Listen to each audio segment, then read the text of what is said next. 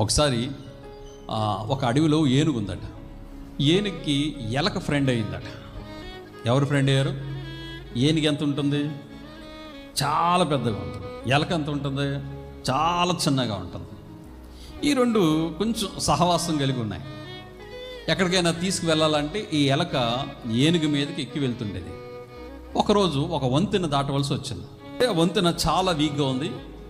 ఆ ఏనుగు మీద ఎలక కూర్చుంది. ఆ వంతెన మీద అలాగ అడుగులు వేస్తుంటే ఒక్కసారిగా వంతెన షేక్ అయింది. ఏనుగు అడుగు పెట్టగానే వంతెన ఏమైపోయింది? షేక్ అయిపోయింది. ఒకసారి పడిపోయేంత స్థితి వచ్చింది. మెల్లిమెల్లిగా ఒక కాలు వేసుకుంటూ ఏనుగు ఆ వంతెన దాటిగానే అంటుందట పైన ఎలక, చూసావా నీ మీద ఉండి వంతెన దాటుతున్నాడు, ఒక్కసారి ఇలా అదిమైనంతే అదమగానే ఏమైపోయింది? వంతెన ఒకేసారి వణికిపోయింది. అందుకే నేను చాలా జాగ్రత్తగా పట్టుకున్నాను, అందుకే నువ్వు వంతెన దాటేవా అందట. దాని స్థితి ఎంత, దీని స్థితి ఎంత.